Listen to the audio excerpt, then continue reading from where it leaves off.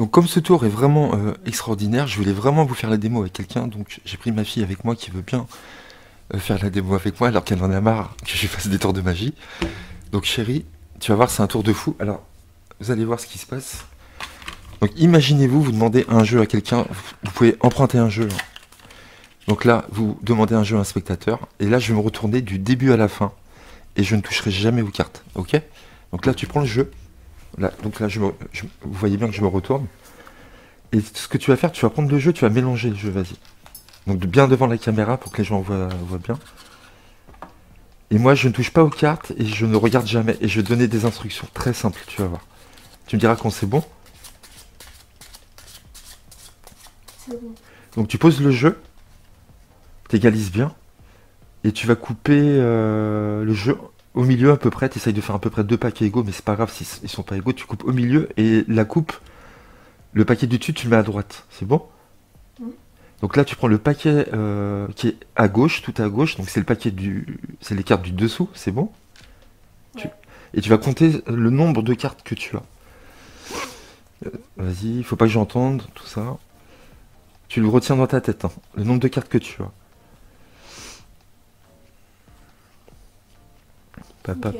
C'est bon? Maintenant, par exemple, imagine tu as 23 cartes, tu vas faire 2 et 3, ça fait 5, tu vois. Si tu as 25 cartes, tu vas faire 2 et 5, ça fait 7. Okay. Donc là, tu vas additionner les deux chiffres qui composent ton nombre, et tu vas regarder à partir du dessus, sans inverser les cartes, la carte qui arrive à cette position-là. Donc si tu as trouvé un 7 ou un 8, tu comptes la 8ème. Si tu arrives sur un 6, tu comptes la 6ème. Et tu la montres à la caméra. C'est bon? Et tu la remets au même endroit, c'est bon? Ouais. Et tu déposes ce paquet-là sur le tapis. Ok? Et tu reprends l'autre paquet, tu le mets par-dessus. C'est bon? Et là maintenant, je vais être capable de retrouver ta carte. Alors que tu as mélangé le jeu, tu as coupé où tu voulais, au milieu, du moins. Je sais pas le nombre de cartes que tu as pris, sur quel chiffre tu es arrivé et quelle carte tu as regardé. Ok? Donc là, je peux me mettre comme ça.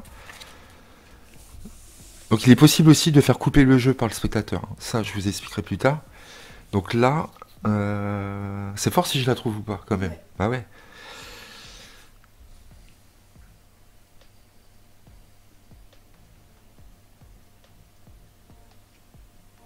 Je pense que ta carte est rouge.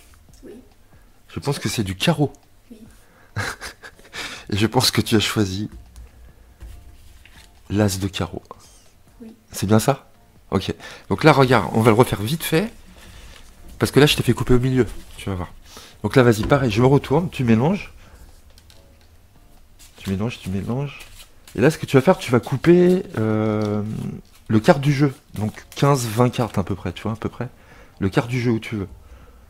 Et ce paquet-là, tu le poses à droite.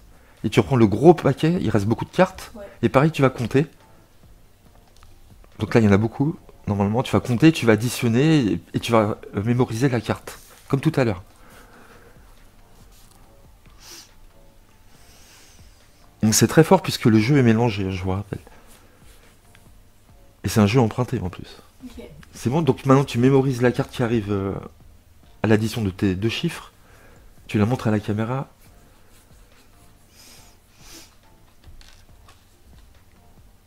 C'est bon? Ouais. Ok. Et donc tu reposes attends, c'est quoi? T'as pris le gros paquet. Donc tu reposes le petit paquet sur le gros paquet. C'est bon? Ouais. Ok, là je retourne. Donc là pareil, je fais un ruban. Alors, je suis pas sûr de trouver là.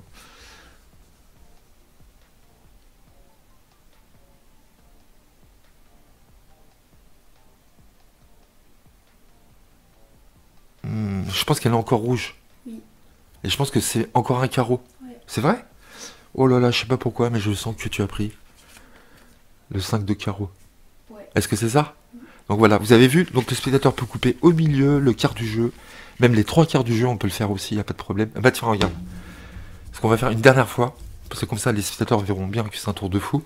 Vas-y, mélange encore une dernière fois.